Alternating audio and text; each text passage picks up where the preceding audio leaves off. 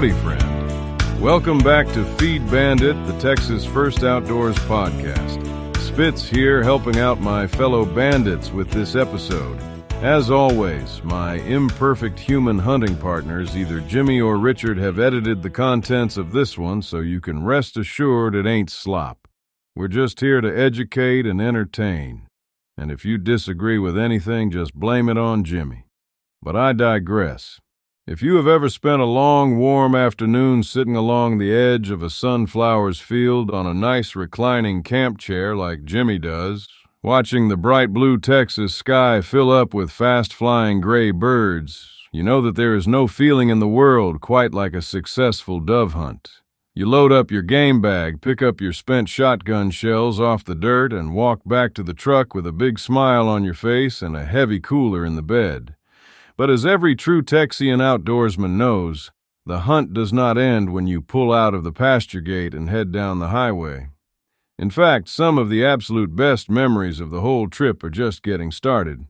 The real celebration happens when you pull those fresh birds out of the ice chest, fire up the grill or the cast iron skillet, and bring that clean, organic game meat straight to the dinner table for your family and friends.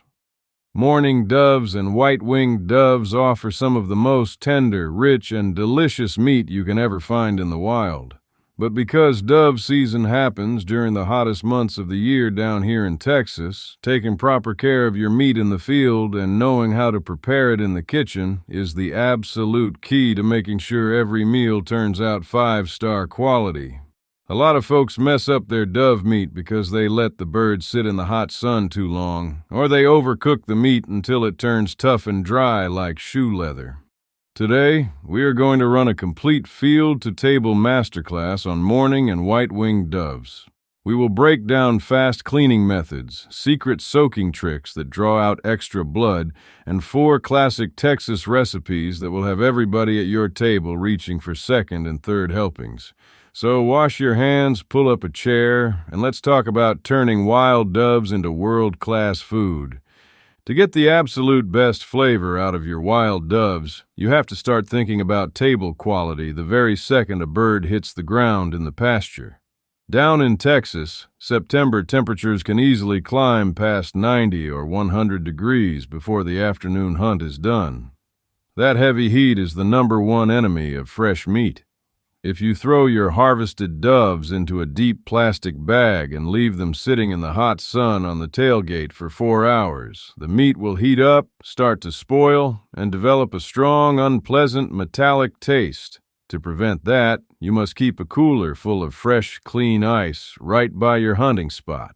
The second you retrieve a bird from the grass, wipe off any dirt and place it directly into the cooler. You want to drop the temperature of that bird as fast as humanly possible. Keeping the meat cold preserves its natural sweet flavor and ensures it stays completely safe and fresh until you get home to the cleaning table. When it comes to cleaning your doves, you have 2 basic traditional options: breasting out the bird or plucking the whole bird intact.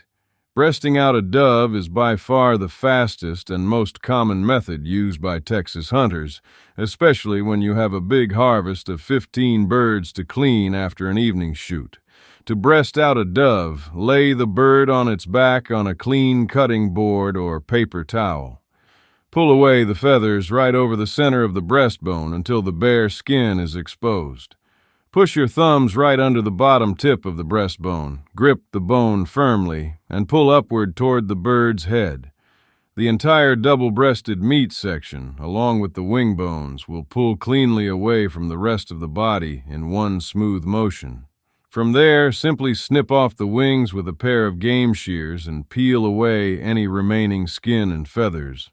On the other hand, if you want to cook whole birds, which is fantastic for slow roasting, smoking, or making Dutch oven stews, you can pluck the entire bird.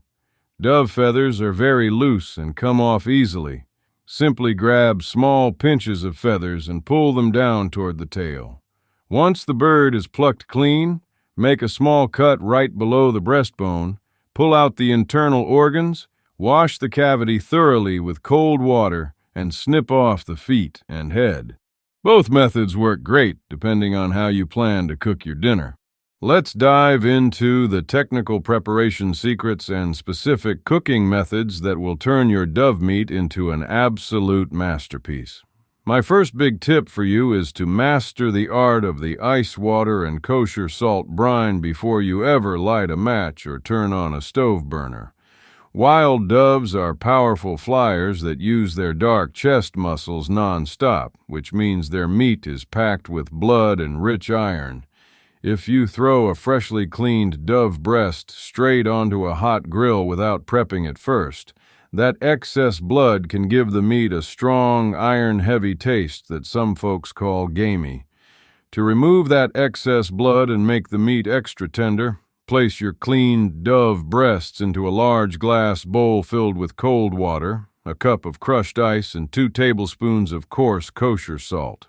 Place the bowl inside the refrigerator and let the birds soak overnight, or for at least 6 to 8 hours.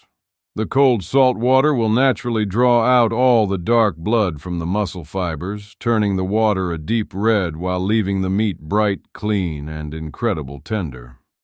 After soaking, pull the breasts out of the brine, rinse them under cold tap water, and pat them completely dry with paper towels before seasoning. My second tip is to learn how to prepare the undisputed king of all Texas dove recipes, the classic bacon-wrapped jalapeno dove popper.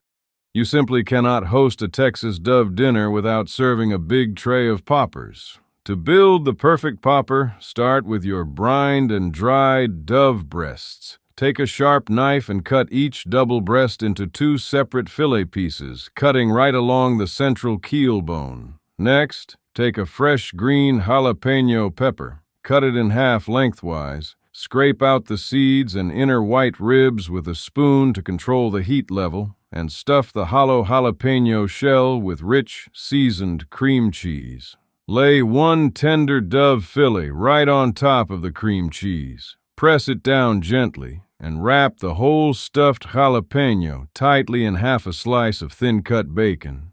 Secure the bacon in place by pushing a wooden toothpick straight through the center. Here is the secret to perfect poppers. Do not use thick-cut bacon.